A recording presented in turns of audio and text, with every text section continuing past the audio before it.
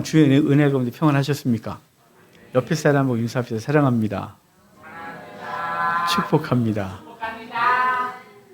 현우가 제일 잘해요. 자, 우리 제목이 있습니다. 우리 제목 같이 읽겠습니다. 임박한 환난으로 말미암아. 아멘.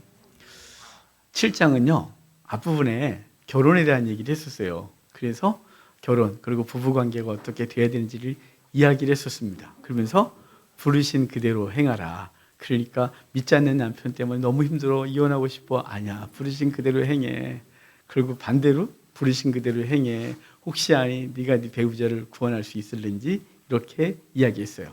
그리고 또 하나가 할례를 얘기했어요. 할례 받은 자가 있느냐? 할례 봉헌하지 말고. 할례 안 받은 자가 있느냐? 할례하려고 하지 마라. 그냥 있는 그대로 부르신 그대로 주를 섬겨라 그랬어요. 또 종으로 부르심 받은 자가 있느냐? 할 수 있으면 자유인이 되라. 하지만 억지로 하려고 하지 말고 네 신분, 종으로 부름받았으면 종의 신분으로 성도의 삶을 살아라. 이게 지난주에 봤던 전체적인 얘기예요. 그래서 전체적인 주제가 뭐예요? 부르신 그대로예요. 부르신 그대로 살아라 그러거든요. 사실은 오늘도 그 이야기가 연결되고 있지만 오늘이 약간 좀 다른 얘기, 처녀에 대한 얘기를 해요. 그러니까 결혼하지 않은 처녀와 그리고 또 하나는 이미 남편하고 갈라서서 혼자 되신 분들을 위한 권면이에요. 근데 이게 하나님의 명령이나 또 자기가 확신하는 얘기 아니라 내 생각이다. 이렇게 바울은 얘기해요. 그러니까 이 얘기는 사도 바울이 저 뒤에 가서 말해요. 내가 이거 내 생각이야. 내 생각이야. 이렇게 말하거든요. 내 생각이라고 말했는데 그럼 바울의 생각이 뭐냐?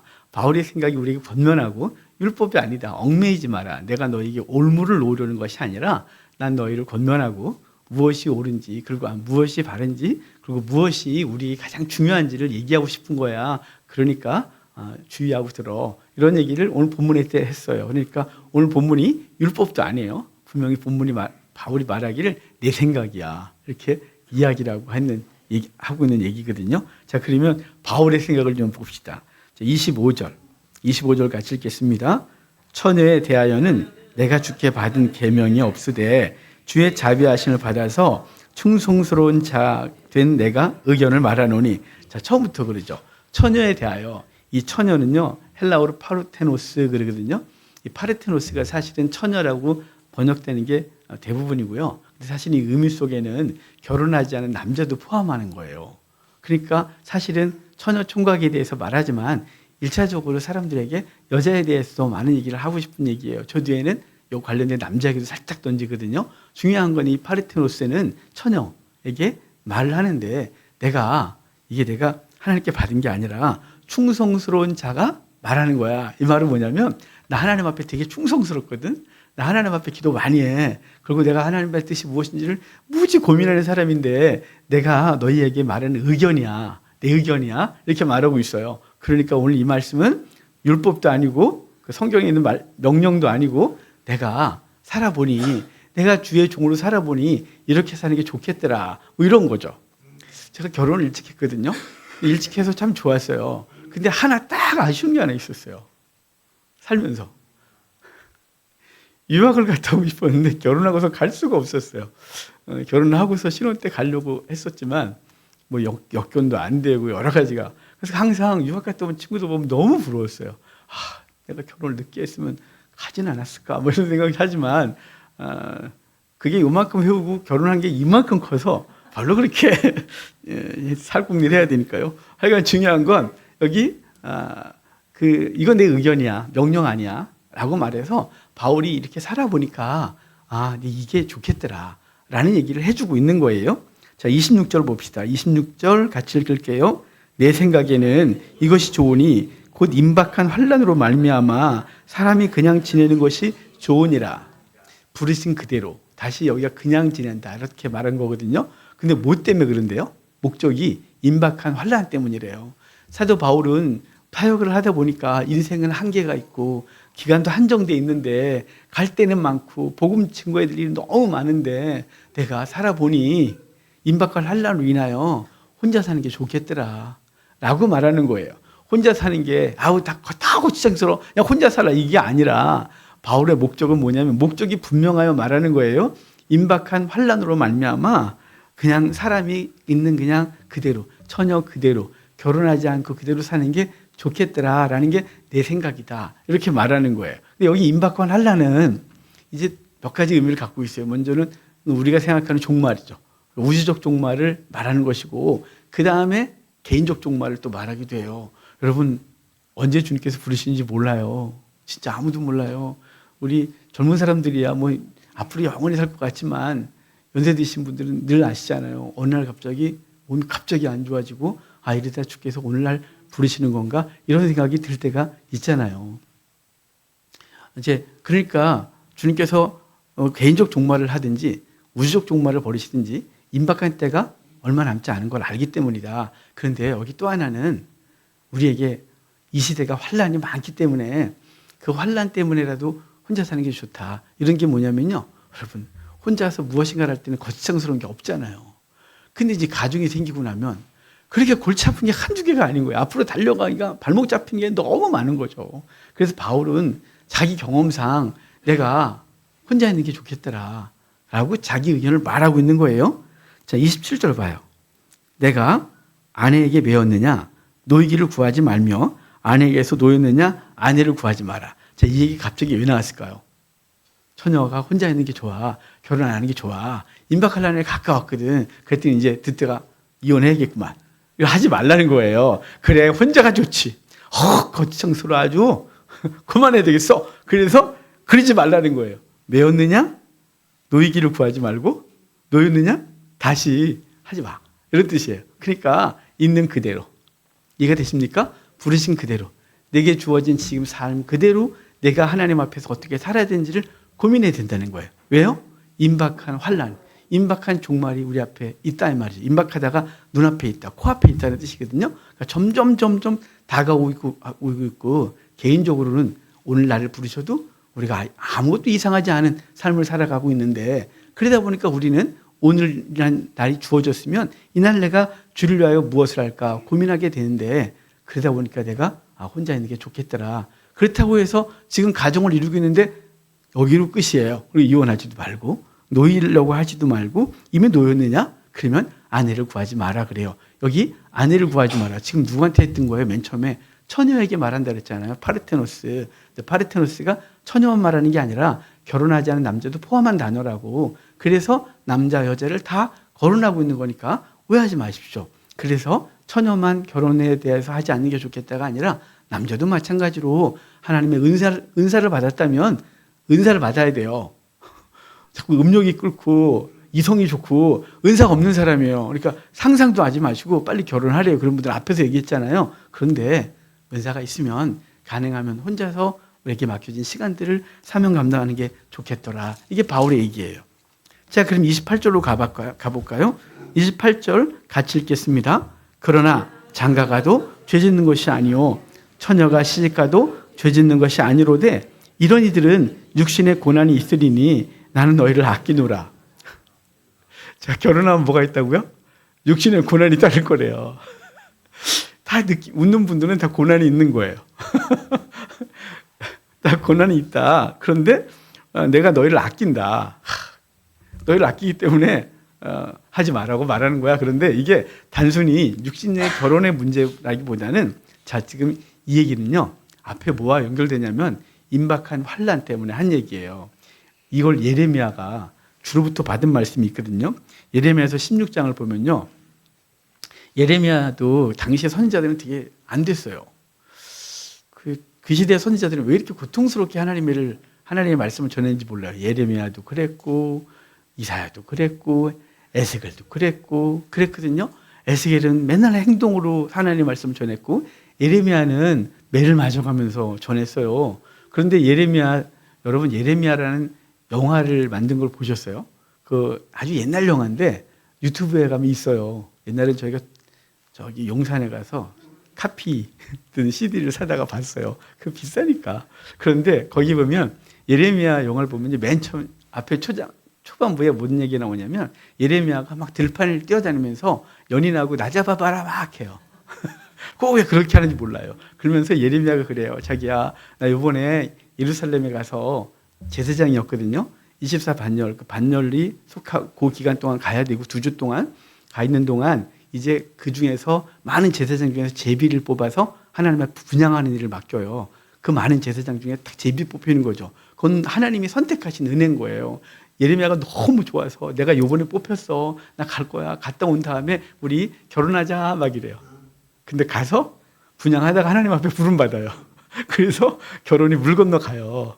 근데 예레미야도 여전히 사랑하는 여자가 있었잖아요. 근데 그에게 뭐라 그러냐면요. 너는 이 땅에서 아내를 맞이하지 말며 자녀를 두지 마라. 이렇게 말해요.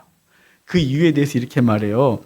이곳에서 낳은 자녀와 지금 예루살렘이에요. 이 땅에서 그들을 해산한 어머니와 그들을 낳은 아버지에 대하여 여호와께서 이와 같이 말씀하시니 그들은 독한 병으로 죽어도 아무도 슬퍼하지 않을 것이며 묻어주지 않나 지면의 분토와 같을 것이며 칼과 기근에 망하고 그 시체는 공중의 새와 땅의 짐승의 밥이 되리라. 그러니까 그 비참한 상황이 이날에 도래할 거야. 그러니까 결혼하지 마. 그 슬픔을 어떻게 감당할래? 그 고통을 어떻게 할래? 라고 예레미야한테 말하거든요. 사도 바울이 그런 차원에서 말하는 거예요. 살면서 돈 문제 걱정하고 이런 거 말하는, 자녀 키우니까 너무 힘들고 이런 얘기를 하는 게 아니라 임박한 환난 때문에 너희는 결혼하지 않는 게 좋겠어. 내가 너희들에게 고난이 따를까 봐 그래. 라고 한 건 그 이후에 지금 임박한 환난과 그 다음에 좀 있으면 이 사건, 이 기록이 있고 얼마 있다가 네로의 박해가 시작돼요. 몇 년 뒤에. 박해가 시작되면 그 박해 속에서 어떻게 그 고통을 당할래? 그러니까 난 너희를 아껴서 하는 얘기니까 혼자 사는 게 좋을 것 같아. 라고 하는 차원이에요. 그러니까 결혼하지 마가 아니에요. 오해하시면 안 돼요. 자, 그 다음에 29절부터 31절까지 한번 같이 읽어볼까요? 형제들아, 내가 이 말을 하노니 그때가 단축하여진 고로 이후부터 안에 있는 자들은 없는 자같이 하며 우는 자들은 울지 않는 자같이 하며 기쁜 자들은 기쁘지 않은 자같이 하며 매매하는 자들은 없는 자같이 하며 세상의 물건을 쓰는 자들은 다 쓰지 못하는 자같이 하라. 이 세상의 외형은 지나감이라. 아멘. 여기 안에 있는 자는, 남편 있는 자는 없는 자같이 하고 우는 자는 슬프지 않은 것처럼 하고 기쁜 자는 그렇게 기뻐하는 것처럼 하지 말고 뭔가를 취했으면 있는 것처럼 하지 말고. 이게 대체 무슨 소리냐. 이 말은요, 너희들이 지금 결혼하고 살아가고 있는 사람들 향하여 먼저 말하고 있는 거거든요. 그들을 향하여 말하기를 없는 자처럼 해라. 이 말은 지금 앞부분에선 그 배우자에게 최선을 다해라 했단 말이에요. 기도하는 일 외에는 분방하지 마라. 그리고 서로를 사랑하는 것이 성경적이라고 분명히 말했는데 여기 갑자기 왜 없는 자같이 해라 이 말은요. 여기 하나님 앞에서 뭐가 우선인지를 생각하고 그 안에서 움직이라고 말하는 거예요.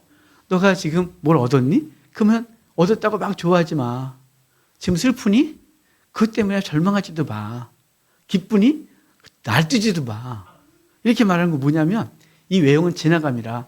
세상과 다 지나가. 그리고 영원한 것이 있는데 다 지나갈 거란 말이지. 근데 그것 때문에 얽매이고 그것 때문에 그러지 마라 라고 말하는데 결혼 문제 속에서는 거기 이제 없는 자 같이 하라 라고 하는 말은 거기에 너무 얽매여서 막 그러지 말고 우선순위 하나님을 사랑하고 그 다음에 네가 너에게 맡겨진 삶들을 돌아보러 가는 거죠.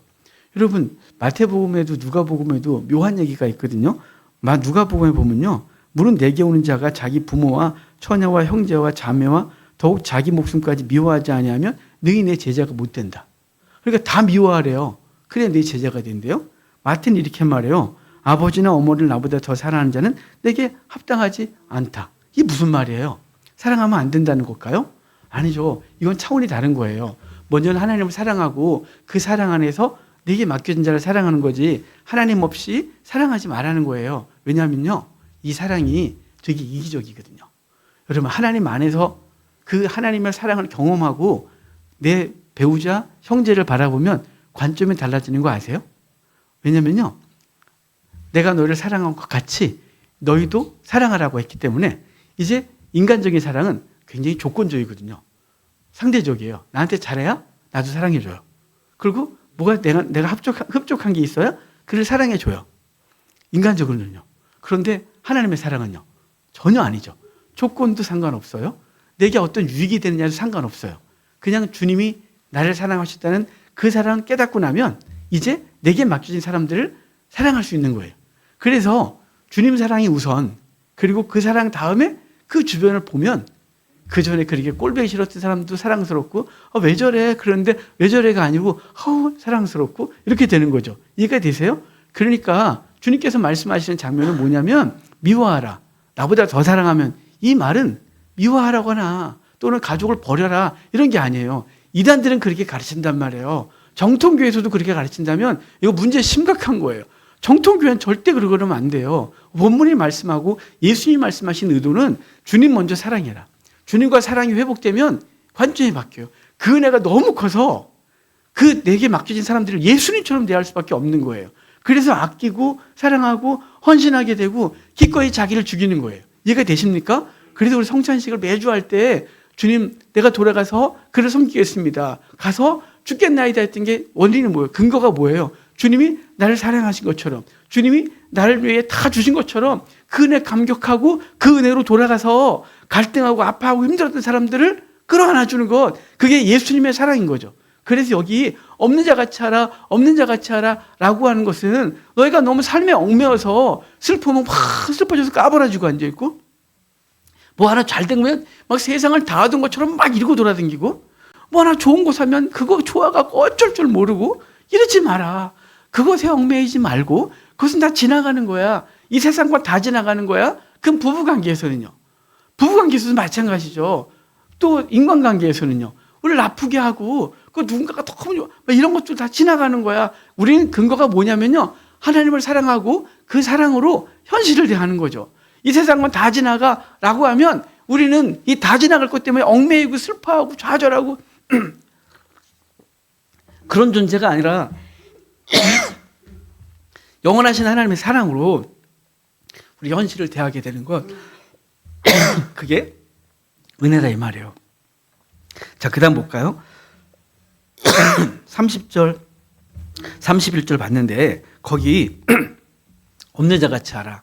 또 거기 기쁘면 슬프면 그러면서 했는데 이게 어떤 것에 대한 절대적 가치를 두고 살지 말라는 뜻이에요. 여러분 요즘 어째 지난 한 주 슬프셨습니까? 또는 기쁘셨습니까? 저 오늘 아침에 기도하면서 하나님 지난주 이번 주 제가 뭔가 우울감에 사로잡혀 있어요. 그랬어요. 이유를 모르겠어요. 그랬어요. 집사람은 알겠죠. 저 인간이 또 이렇게 까부러져 있어. 이렇게. 근데 이제 제가 아침에 강단에 올라오기 전에 기도하면서 주님, 제가 뭔지 모를 우울감에 사로잡혀 있어요. 이게 왜 그래죠? 이유가 뭐예요, 하나님? 뭔가 지금 뭐 특별히 문제된 것도 별로 없는데 이런 생각을 했어요. 그런데 제게 맡겨진 사명이 너무 무거워요, 요새. 너무 무거워요. 하나님 좀 쉬고 싶어요. 그게 아마 저를 이렇게 약간 울적하게 하고 지치게 하고 그랬던 것 같아요. 그러니까 이런 거죠. 너무 그러지 마. 그 지나가. 너 지금 되게 기쁘냐? 그래 남들이 하나도 안 행복해 보이고 막 너의 기쁨으로 사람들 그래? 지나가. 너의 가족 현실이 너무 힘드니? 내게 맡겨진 가족 구성원이 널 너무 힘들게 해. 지나가. 라고 해서 그것에 너무 절대화하거나 그것에 집착하거나 그것 때문에 너가 지금 해야 될 사명까지도 다 잃어버리지 마. 이렇게 우리에게 말씀해 주고 있는 거예요. 자, 그러면 여기에 32절 좀 볼까요? 32절, 33절 같이 보겠습니다. 너희가 염려 없기를 원하노라.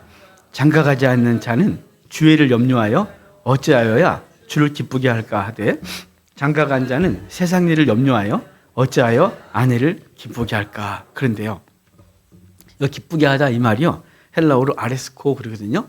이게 기쁘게 하다 이 말이 뭐가 전제된 거냐면 헌신이에요. 그렇잖아요. 배우자를 기쁘게 하려면 헌신이 있어야죠. 말로만 책상에 앉아갖고 막 있으면서 기뻐라 그럼 기뻐지겠어요?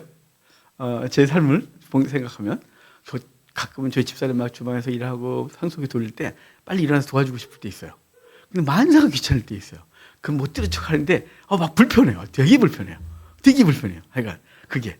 근데 어찌됐거나 싫을 때는 아무것도 모른 척하고 그리고 막 핑계를 대고 나 오늘 너무 피곤해. 나 오늘 이렇게 핑계 대요. 근데 그러면서 헌신을 하고 기쁘게 할 수는 없죠. 청소기가 딱 돌리는 순간 아이고 뭐 하는 거 내가 나가서 해줘야겠죠. 뭐가 들어갈까요? 여기 헌신이요. 아레스코는 기쁘게 하다 이 말에 헌신에 들어가는 거예요.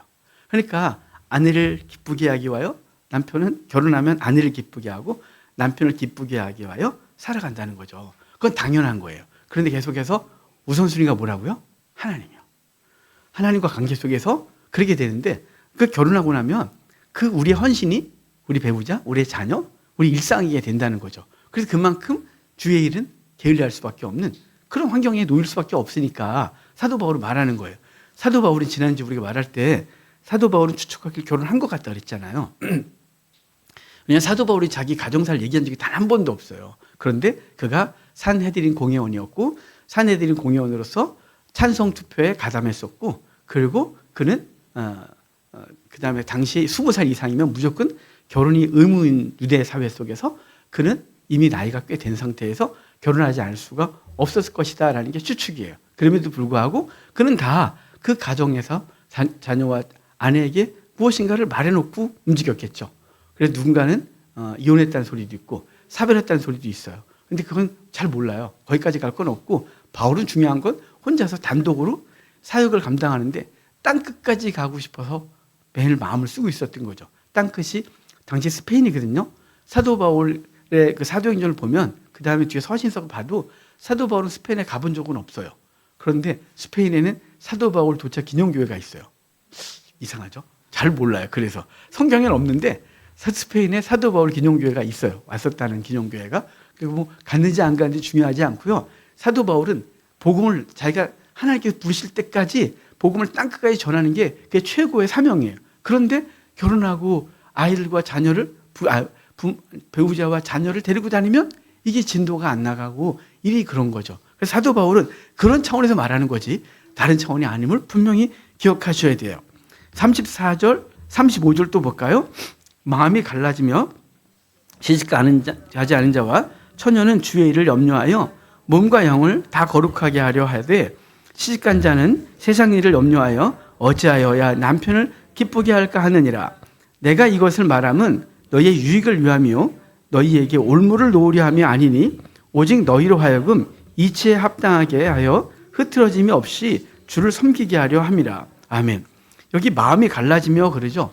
아까 결혼한 자는 배우자에게 그 다음에 가족에게 마음이 갈라진다 이런 뜻이에요. 바울은 지금 뭐에 집중하고 있다고요? 복음 증거예요. 주의 때가 다가왔어. 그래서 우리는 빨리 복음 증거하여 아직 구원받지 못한 사람들을 구원해내는 게 일이라고 해요. 사도 바울은 일중심적 사람이라서 그렇게 얘기를 하고 있는 거예요. 그래서 거기 마음이 갈라진다 그러죠. 그러면서 시집가지 않은 자 그리고 처녀 그러는데요. 처녀를 두 번 말한 게 아니에요. 시집가지 않은 자는 이제 남자하고 헤어져서 혼자 있는 사람. 그래서 시집 현재 다시 안 간 거예요. 다시 안 간 사람. 그리고 처녀는 주의를 염려하고 몸과 영을 거룩하게 하는데요. 이 말도 오해하면 안 돼요. 시집까지 결혼 안 한 사람들은 그 영이 거룩하고 결혼한 사람은 몸과 영이 부정하고 이런 뜻이 아니에요. 그러니까 여기 그들이 앞에서 말하듯이 하나님의 일에만 특별히 신앙 안에서 신앙인이 집중을 하나님께만 한다는 거죠. 그게 그런 뜻이지. 시집 안 가면 결혼 안 하면 거룩하고 결혼한 사람은 부정하고 이런 뜻이 아닌 거예요. 그러면서 여기 이치에 35절을 보면 이치에 합당하여 흐트러짐이 없이 하다 그래요. 여기 흐트러짐이 없게 하라는데요. 마음이 분산되지 않도록 하라는 거죠. 그런데 여러분 이게 하나님과 관계 속에서도 마찬가지고 여러분의 가정사에서도 흐트러짐이 없도록 해야 되거든요. 제가 지난주에 말씀을 드리고 싶었는데 양을 너무 많이 해갖고 뒷부분을 거의 그냥 뭉개고 갔어요.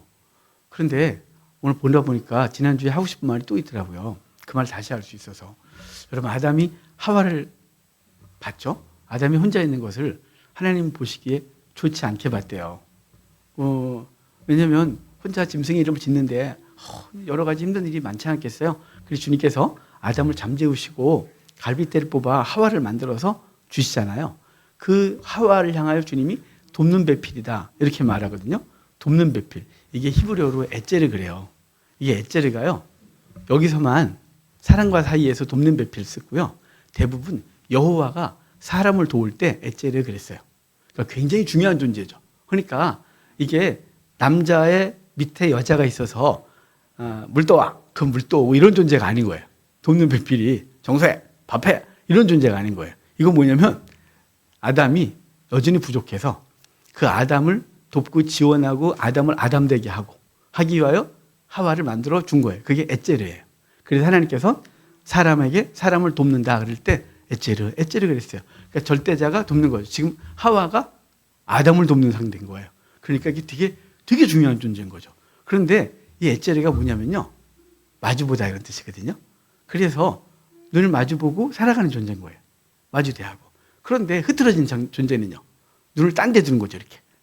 딴 남자, 딴 여자에게. 그리고 엉뚱한 것에 마음을 쓰고 그러면서 가정이 무너지고 하나님 앞에 바르지 않은 상태. 그게 이제 흐트러진 거예요.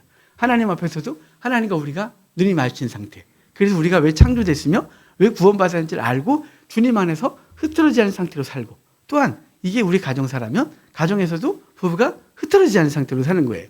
이게 이렇게 되면 안 되는 거죠. 마주보지 않는 거예요. 등 돌리고 않는 거예요. 이게 엘제리를 거부한 거예요. 여러분 하나님 앞에서 우리가 그렇게 살길 바라고 그래서 하나님께서 우리를 도우시고 우리에게 맡겨진 삶에서 우리에게 그 맡겨진 삶을 최선을 다하여 감당해내는 우리가 되어야 하는 것입니다. 자, 36절 볼까요? 36절 같이 읽어요. 그러므로 만일 누가 자기의 약혼녀에 대한 행동이 합당하지 못한 줄로 생각할 때 그 약혼녀의 혼기도 지나고 그같이 할 필요가 있거든 원하는 대로 하라. 그것은 죄 짓는 것이 아니니 그들로 결혼하게 하라. 이 너무 이상하죠, 본문. 여러분 이거 자 우리 잘 생각해봐요. 아무 생각 없이 읽지 말고. 그러므로 만일 누가 자기의 약혼녀 누구예요? 내 약혼녀 이렇게 들리죠? 그죠? 아닌가요? 저만 그렇게 들리나? 약혼녀에 대한 행동이 합당하지 못한 줄로 여기거든. 그러면 내 약혼녀가 합당하지 못한 짓을 한다? 딴 남자한테 눈 돌리고 뭐 이런 느낌이잖아요. 여러분 이게 우리 번역 이상해서 그래요.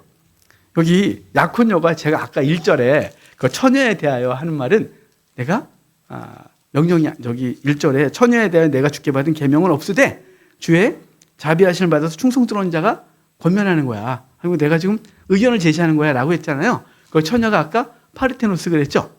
여기 약혼녀라고 번역한 게 파르테노스예요. 처녀. 근데 저는 왜 약혼녀라고 번역했는지 알 수가 없어요. 이 번역하신 분을 난 만나보고 싶어요. 왜 거기다 갑자기 약혼녀로 번역을 해놨는지. 이 문장이 너무 이상해요.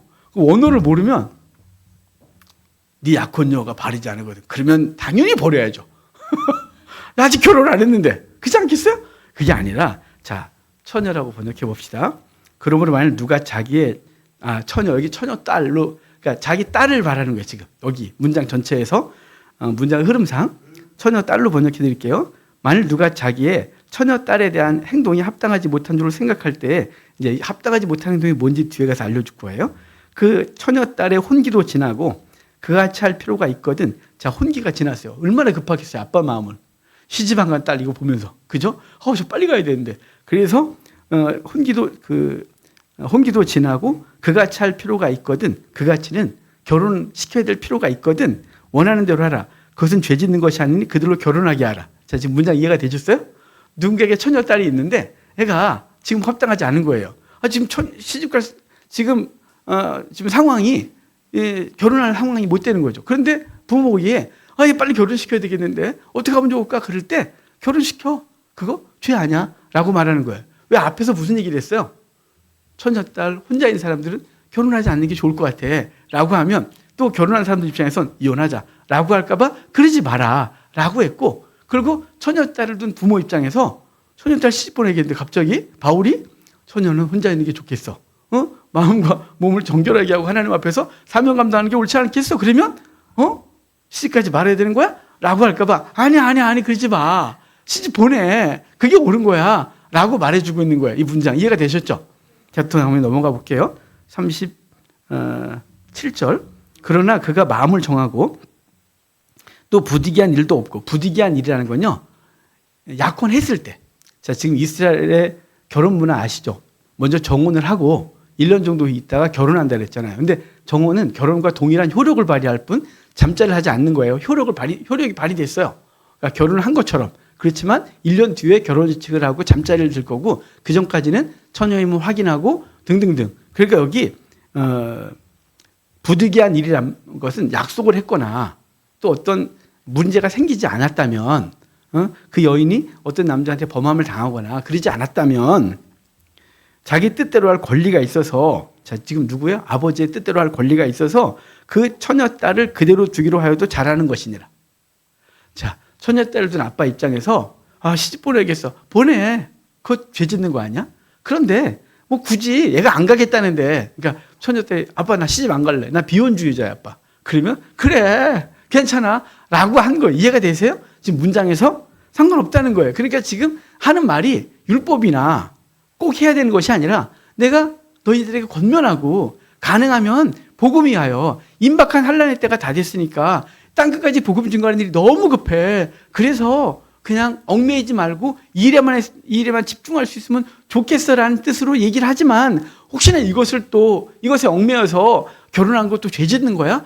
내가 주의 사명을 감당하지 않는 건가? 그렇지 마. 그런 뜻이 아니야. 결혼시켜도 잘하는 거야. 왜일까요? 결혼은 창조 원리예요. 하나님이 세상을 주관하시는 방법이 결혼이란 말이에요. 결혼하지 않으면 어떻게 세상에서 번성하고 땅에 충만할 수 있어요. 결혼해야죠. 그러니까 결혼해도 괜찮아? 근데 결혼하지 않겠다? 괜찮아. 그것도 잘하는 거야 라고 말해주는 거예요. 자, 그러면 28절 가볼까요? 아니 38절이 죄송해요. 같이 읽어요. 그러므로 결혼한 자도 잘하거니와 결혼하지 아니한 자는 더 잘하는 것이니라. 바울이 자꾸 한쪽으로 치우쳐요. 왜냐하면 사도 바울에게 있어서는 복음 증거가 너무 급해요. 사도 바울은 정말 그랬으면 좋겠던 거예요. 그런데 그러면서도 얽매이지 마. 이거 내가 강요가 아니다. 이거 율법도 아니야. 근데 있잖아. 가능하면 혼자 살아. 자꾸 이렇게 말해요. 자, 29절 볼게요. 29절 같이 읽어요. 아내는 그 남편이 살아있는 동안에 매여 있다가 남편이 죽으면 자유로워 자기 뜻대로 시집갈 것이나 주 안에서만 할 것이니라.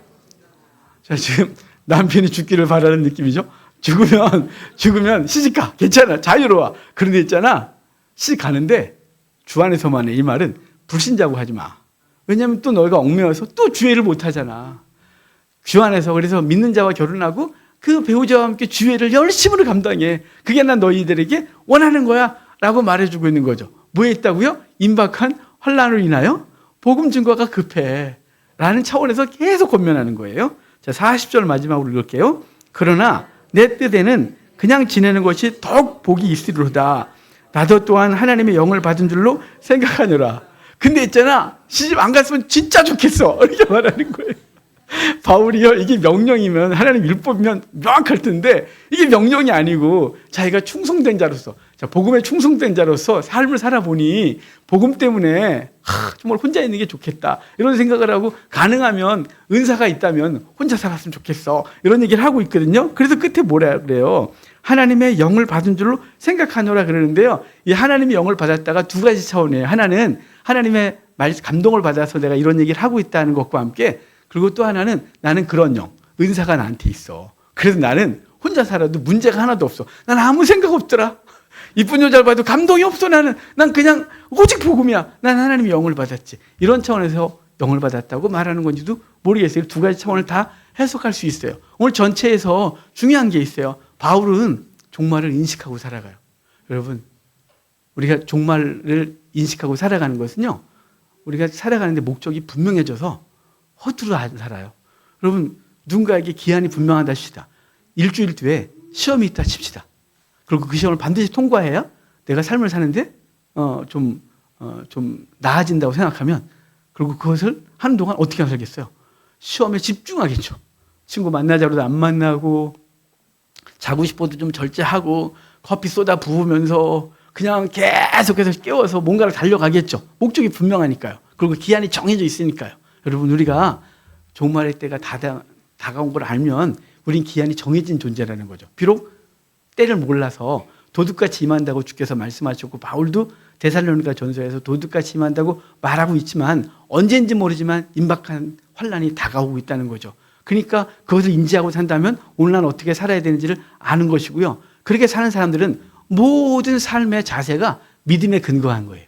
하나님의 말씀이 무엇을 원하느냐, 주님이 내게 무엇을 원하느냐 생각하고 오늘을 살아가는 거죠. 그가 결혼했든 결혼하지 않든, 그가 사업을 하든 직장을 생활하든, 그가 목회자로 살아가건 그가 평신도로 살아가건, 우리는 두 가지를 분명히 기억하는 거예요. 임박한 환난, 그리고 성도의 삶은 말씀에 근거하여 믿음에 근거하여 살아내야 한다는 거죠.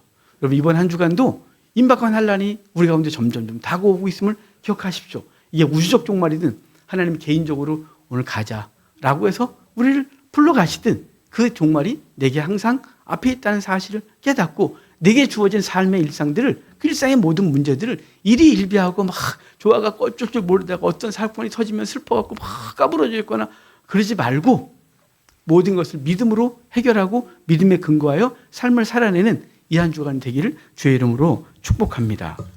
우리 성찬합시다.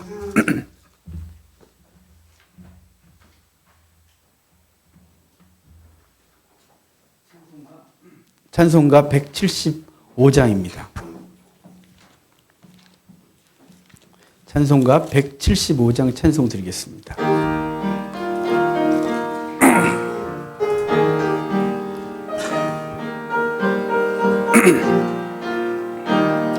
신랑 되신 예수께서 다시 오실 때 등불 들고 나갈 준비 됐느냐. 그날 밤에 주님 맞을 등불이 준비됐느냐. 예비하라 우리 신랑 예수 오실 때 밝은 등불 손에 들고 기쁨으로 주를 맞겠네. 주를 나와 맞으라는 소리 들릴 때 기뻐하며 주를 맞이할 수 있느냐.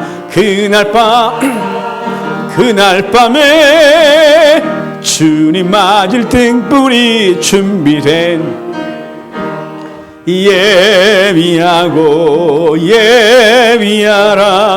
우리 신랑 예수 오실 때 밝은 등불 손에 들고 기쁨으로 주를 맞겠네. 항상 깨어 기도하며 거룩한 기름 준비하지 않고 주를 맞지 못하리. 그날 밤에 주님 맞을 등불이 준비됐느냐. 예비하라 우리 신랑 예수 밝은 등불 기쁨으로 주를 맞겠네. 그날 밤에 영화로운 어린 잔치에 기뻐하며 할렐루야 찬송 부르리. 그날 밤에 주님 맞을 등불이 준비됐느냐. 예비하라 우리 신랑 예수 오실 때 밝은 등불 손에 들고 기쁨으로 주를 맞겠네. 아멘. 하나님의 말씀 고린도전서 11장 26절 한 절입니다. 고린도전서 11장 26절입니다.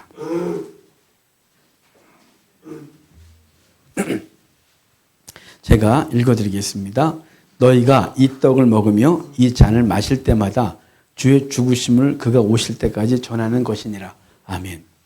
성찬식에서 제일 유명한 구절이에요. 일반 성찬을 할 때 늘 이 본문을 갖고서 성찬식을 진행하는 구절이거든요. 우리는 이제 성찬할 때마다 다른 본문을 보지만 전통적으로 또 교회 예식서에 본문이 들어있어요. 성찬을 왜 하냐? 떡과 포도주를 왜 먹냐? 이것은 주의 죽으심을 오실 때까지, 주의 오실 때까지 주의 죽으심을 전하는 거다 그러거든요. 이 주의 죽으심을 전하는 게 뭘까요? 오늘 본문에서 그랬어요. 가서 죽으라고. 예수님이 나를 위해 죽으신 것처럼 나도 가서 죽어. 사람들이 너 왜 그렇게 살아? 그러면 예수님이 나 때문에 죽으셨어 라고 드러내는 거죠. 그래서 그들을 섬기고 그들을 살려내는 것, 그게 예수님께서 우리에게 성찬을 제정하시고 주의 오실 때까지 이걸 계속하게 한 것은 그걸 기억하게 하심입니다. 여러분, 우리에게 맡겨진 삶의 자리에 가서 그들을 섬겨내고 살려내고 그들에게 헌신하여 기쁘게 하는 우리가 됩시다. 그것이 주의 죽으심을 주의 오실 때까지 전하는 삶의 자세인 줄 알고 이번 한 주간도 삶의 자리로 돌아가서 죽으시기를 바랍니다. 우리 성찬하게 떡을 떼겠습니다. 이 떡은 우리가 워낙 많이 같이 얘기돼서 다 아실 줄 알고 이 떡을 약하게만 말씀드리겠습니다. 이 떡은 예수 그리스도를 의미합니다. 누룩을 넣지 않고 구웠고 그리고 거뭇거뭇하게 구웠고 구멍을 많이 뚫러 부었습니다. 그리고 주인이 손님에게 가장이 가족에게 뜯어서 주었습니다. 이것은 죄 없으신 예수님께서 십자가의 환난을 당하시고 그리고 사단에게 진 것이 아니라 당신이 우리를 위하여 자발적으로 자원하여 내어주신 것을 의미합니다. 이 떡을 먹으면서 우리도 예수님처럼 내게 맡겨진 삶의 자리에서 영혼들을 살려내고 섬기는 우리가 되기를 주의 이름으로 축복합니다.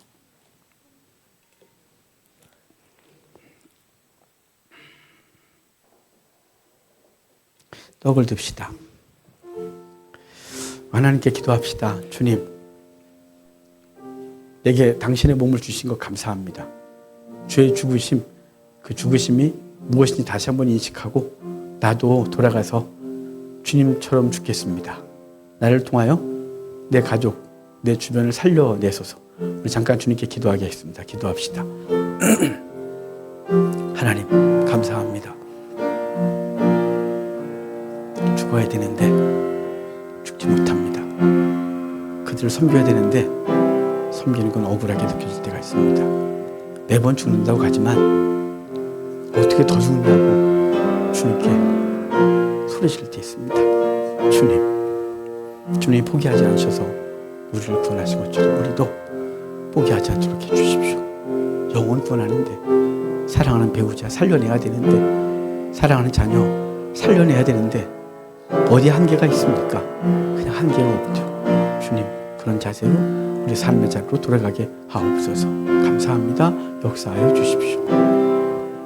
하나님 감사합니다. 나 같은 어디 와에 당신의 몸 주신 것 정말 감사합니다. 이제 우리도 돌아가서 내 몸을 내 가족에게 주고자 합니다.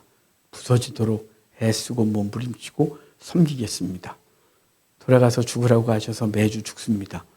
그런데 변화는 보이지 않습니다. 우린 주님께 우리 속에서 여러 가지 외침이 있습니다. 얼마나 더 죽어야 되냐고, 얼만큼 더 해야 되느냐고. 그런데 주님께서 하늘 보좌 버리시고 죽기까지 복종하시며 우리 안에 거하셔서 영원토록 우리와 함께 하시는 그 인내로 우리와 함께 하심을 다시 알려주셨습니다. 주님, 또 가겠습니다. 그래서 내 배우자, 내 자녀 살려내겠습니다. 하나님, 사랑하는 사람을 위하여 하라고 하시는데 한계가 어디 있겠습니까? 주님께서 나를 사랑하셔서 한계를 정하지 않으셨듯이 우리도 돌아가서 한계를 정하지 않고 끊임없이 울어주고 끊임없이 그들을 위하여 죽는 우리가 되게 하셔서 결국은 온 가족이 주의 백성으로 살아나는 모습을 우리가 보게 하시고 우리의 직장이 주님으로 인해 살아나는 것을 보게 하여 주십시오. 감사합니다. 예수님의 이름으로 기도합니다. 아멘. 주님의 모입니다.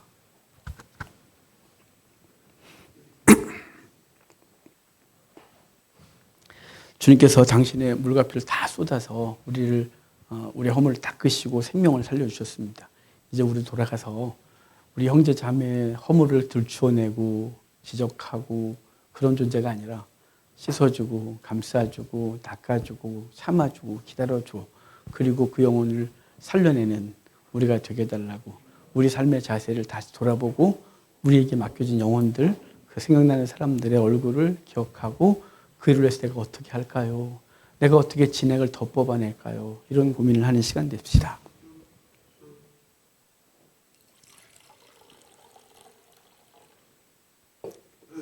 잔을 듭시다. 기도합시다. 주님, 내게 당신의 물과 피 다 쏟아주셔서 내 허물을 닦으시고 그리고 죄 없다 하시고 끊임없이 당신을 내어주신 그 은혜 나도 이제 우리 돌아가서 그런 삶을 살게 해달라고 내 배우자, 내 자녀, 내 부모의 허물을 열심으로 닦게 해달라고 드러나지만 말하고 싶지만 정죄하고 싶지만 참아내고 사랑하게 해달라고. 그래서 언젠가 그도 주님의 사랑 깨닫고 주 앞에 무릎 꿇게 해달라고. 잠시 기도하도록 하겠습니다. 기도합시다. 주님 사랑은 우리를 붙들어 주셔서 감사합니다. 주님 그 사랑 가지고 이제 삶의 자리로 돌아가겠습니다. 진액을 다 뽑으시고 우리의 허물을 닦으시고 그리고 우리 안에 영원히 거하셔서 우리가 행복하게 하시는 행복한 주님, 우리도 돌아가서 형제, 자매, 배우자, 주변 사람들의 허물을 들추어내는 그런 일을 그만하고 남의 말하면서 즐거워하는 것 그만하고 이제 그 허물을 내 것으로 여겨 닦아주고 내가 담당하고 그리고 그를 거룩하게 하는 우리가 되게 해주십시오. 당장은 알아주지 않지만 시간이 지나면서 우리를 통하여 주님 사랑 깨닫고 주 앞에 나와 주의 백성 되는 일이 벌어지게 하옵소서. 우리를 사용하셔서 우리 그의 놀라운 일들을 행하게 하소서. 그래서 천국에서 그들과 함께 주 앞에 서게 하옵소서. 감사합니다. 하나님 감사합니다. 주님께서 우리의 모든 허물을 닦으시고 깨끗하게 하시고 생명으로 좌정하셔서 우리를 살려주신 주여, 우리도 이제 삶의 자리로 돌아가서 우리가 살려내야 될 사람들 앞에 우리를 드리겠습니다. 허물을 들추어내고 비아냥거리고 그 허물을 들추어내고 얘기하는 걸 즐거움으로 삼지 않게 하시고 닦아주고 인내해주고 기다려주고 그 허물 내 것으로 여겨 함께 울어주고 시간이 당장 그 결과를 맺지 못해도 시간이 지나 결국은 그도 주님을 알게 되어 천국에서 함께 주 앞에 서는 복이 있도록 우리의 삶의 자리를 복 주십시오. 돌아가서 죽기를 다짐하는 주의 백성들에게 죽을 힘 주십시오. 예수님의 이름으로 기도합니다. 아멘. 주님의 피입니다.